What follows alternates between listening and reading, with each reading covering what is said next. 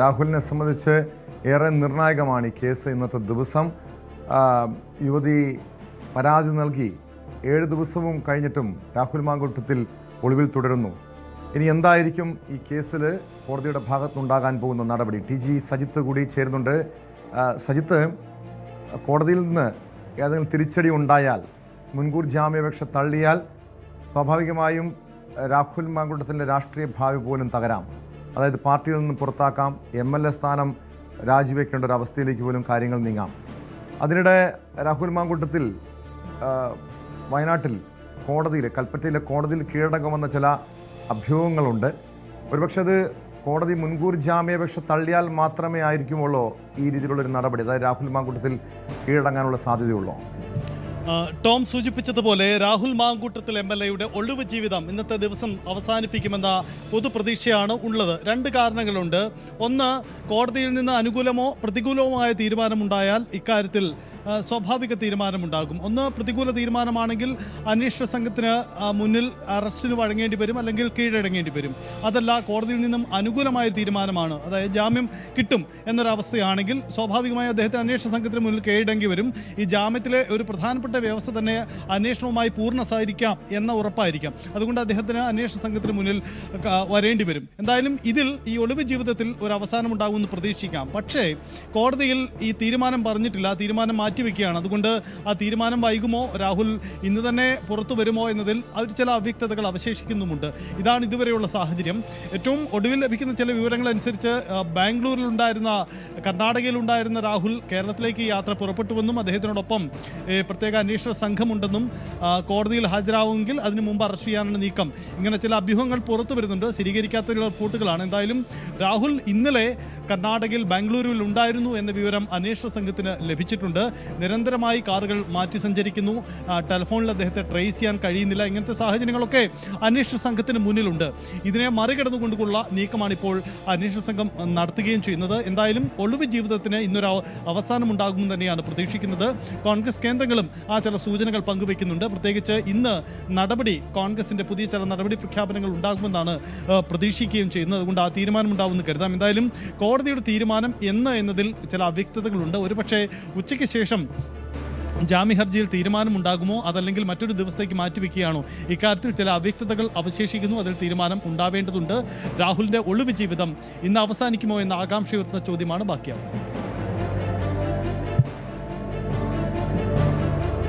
തീർച്ചയായും സജിത്ത്, അതോടൊപ്പം നമുക്കറിയാം ഈ ലൈംഗിക ആരോപണം ഉയർന്നു വന്നതിന് പിന്നാലെ തന്നെയാണ് രാഹുൽ മാങ്കൂട്ടത്തിനെതിരെ പോലീസ് കേസെടുക്കുന്നത്. പക്ഷേ ഒരു യുവതി പോലും പരാതിയുമായി മുന്നോട്ട് വരാത്ത സാഹചര്യത്തിൽ പോലീസിനെ സംബന്ധിച്ച് കേസ് അന്വേഷണം മുന്നോട്ട് കൊണ്ടുപോവുക അത്ര പ്രയാസമുള്ള കാര്യമായിരുന്നു. പക്ഷെ അതിനുശേഷമാണ് നമുക്കറിയാം 7 ദിവസം മുൻപ് തിരുവനന്തപുരം സ്വദേശിനിയായ യുവതി പോലീസിൽ പരാതി നൽകുന്നു. പോലീസ് അതിവേഗത്തിലുള്ള നീക്കം നടത്തുന്നു. അതിനിടെ രാഹുൽ മാങ്കൂട്ടത്തിൽ ഒളിവിൽ പോകുന്നു.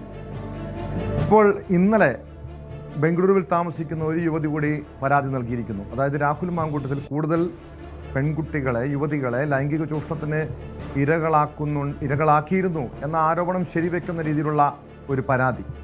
പക്ഷേ ഇതുവരെയും ആ പരാതിയിൽ പ്രത്യേക അന്വേഷണ സംഘത്തിന് DGP ആ പരാതി കൈമാറിയിട്ടുണ്ട്. മൊഴി നൽകാനുള്ള താല്പര്യം ഉണ്ടോ എന്ന് യുവതിയോട് ആരായുമെന്നാണ് മനസ്സിലാക്കുന്നത്. മൊഴി നൽകാൻ യുവതി തയ്യാറായില്ലെങ്കിൽ, അതായത് പരാതി നൽകാൻ ഔദ്യോഗികമായി പോലീസിന് പരാതി നൽകാൻ തയ്യാറായില്ലെങ്കിൽ ഒരു കേസും മറ്റ് നടപടികളും പോലീസിന്റെ ഭാഗത്തുനിന്ന് ഉണ്ടാകുമോ?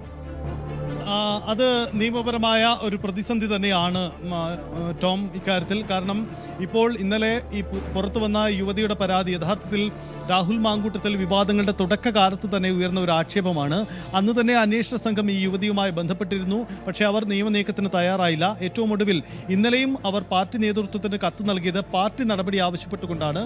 മറിച്ച് അവർ നിയമനീക്കത്തിന് തയ്യാറല്ല എന്നാണ് മനസ്സിലാക്കുന്നത്. ആ യുവതിക്ക് മേൽ അന്വേഷണ സംഘം ബന്ധപ്പെടുന്നു എന്നാണ് നമുക്ക് മനസ്സിലാവുന്നത്. എന്തായാലും കോൺഗ്രസിന് ലഭിച്ച പരാതിയാണ് ഇന്നലെ DGPക്ക് കൈമാറിയത്. ഇത്തരം പരാതികളെല്ലാം കൈമാറണം, അന്വേഷണ ഉദ്യോഗസ്ഥർക്ക് കൈമാറണമെന്ന സ്വാഭാവിക നിയമമുണ്ട്. ആ നിയമത്തിൻ്റെ ഭാഗമായി കൂടിയാണ് കോൺഗ്രസിൻ്റെ നീക്കമുണ്ടായിരിക്കുന്നത്. പക്ഷേ അതിനുമപ്പുറം കോൺഗ്രസിൻ്റെ ഒരു രാഷ്ട്രീയ നീക്കം കൂടിയാണ്. കാരണം ഈ നടപടിയിൽ പാർട്ടി നടപടിക്കപ്പുറം അതിൽ അന്വേഷണ ഏജൻസികൾ നടപടിയെടുക്കട്ടെ എന്ന നിലപാടെടുത്തുകൊണ്ട് പോലീസിലേക്ക് അത് കൈമാറുക കൂടിയാണ് ചെയ്തിരിക്കുന്നത്. തങ്ങൾ അതിൽ കക്ഷിയല്ല എന്ന് വാദിക്കാനാണ് കോൺഗ്രസ് ഈ പരാതി കൈമാറുന്നതിലൂടെ ശ്രമിച്ചിരിക്കുന്നത്. പക്ഷേ അത് പോരാ, കോൺഗ്രസിന് നടപടിയെടുക്കേണ്ടി വരും. ആ നടപടി തീരുമാനമാണ് ഇന്ന് ഉണ്ടാവുന്നത്. എന്തായാലും യുവതിയുടെ ഈ പുതിയ പരാതിയിൽ എന്ത് നടപടി എന്നത് പ്രധാനപ്പെട്ട കാര്യമാണ്. ഒരുപക്ഷെ ഇന്ന് അടച്ചിട്ട മുറിയിൽ നടന്ന ഈ ജാമ്യ ഹർജിയിലെ വാദത്തിൽ ഇക്കാര്യങ്ങളും പരിഗണിക്കപ്പെട്ടിരുന്നോ, ഇക്കാര്യങ്ങളും പരാമർശിക്കപ്പെട്ടിരുന്നോ എന്നതും പ്രസക്തമായ കാര്യമാണ്. കാരണം ഇത് പരാതി എന്നതൊരു അഭ്യൂഹമല്ല. DGPക്ക് മുന്നിൽ ഇപ്പോൾ പരാതിയുണ്ട്. സംസ്ഥാന പോലീസ് മേധാവിയുടെ പരിഗണനയിലേക്ക് എത്തിയിരിക്കുന്ന ഈ പരാതിയിൽ സ്വാഭാവികമായും അദ്ദേഹത്തിൻ്റെ മറ്റൊരു കേസിലെ പരിഗണന, ജാമ്യഹർജി പരിഗണിക്കുമ്പോൾ അത് പ്രോസിക്യൂഷൻ പരാമർശിക്കാനുള്ള സാധ്യതയും ഏറെയാണ്. കാരണം നിരന്തരമായി സ്ഥിരം കുറ്റവാളിയായ വ്യക്തിയാണ്, ഇത്തരം ഇടപെടലുകൾ നടത്തുന്ന വ്യക്തിയാണ് എന്ന വാദം പ്രോസിക്യൂഷൻ കോടതിയിൽ ഉന്നയിക്കുമ്പോൾ അവർക്ക് ഉന്നയിക്കാൻ കഴിയുന്ന ഒരു തുമ്പ് കൂടിയാണ് ഈ പുതിയ പരാതി. അതുകൊണ്ട് സ്വാഭാവികമായും ആ പരാതിയുടെ വശങ്ങൾ കോടതിയുടെ പരിഗണനയ്ക്ക് വരാൻ തന്നെയാണ് സാധ്യത. എന്തായാലും ആ യുവതി ഇനി നടത്താൻ പോകുന്ന നീക്കം എന്താണെന്ന് പ്രധാനപ്പെട്ട കാര്യമാണ്. ആദ്യഘട്ടത്തിൽ പരാതി നൽകാൻ തയ്യാറായിരുന്നില്ല അവർ. എന്നാൽ പുതിയതായി വീണ്ടും പാർട്ടി നേതൃത്വത്തിന് ഒരു കത്ത് നൽകിയ സാഹചര്യത്തിൽ വീണ്ടും അത് നിയമപരമായി അവർ ഉന്നയിക്കുമോ എന്നത് പ്രധാനപ്പെട്ട കാര്യമാണ്. എന്തായാലും അന്വേഷണ ഏജൻസികളും ആ ഒരു സാധ്യതകളിലേക്ക് നീങ്ങുന്നു എന്ന് വേണം നമുക്ക് കരുതാം.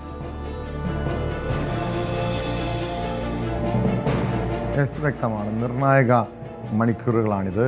രാഹുൽ മാങ്കൂട്ടത്തിലിൻ്റെ മുൻകൂർ ജാമ്യാപേക്ഷയിൽ കോടതിയിൽ വാദം പൂർത്തിയായിട്ടുണ്ട്. വിധി പറയാൻ കോടതി കേസ് മാറ്റിയിരിക്കുകയാണ്.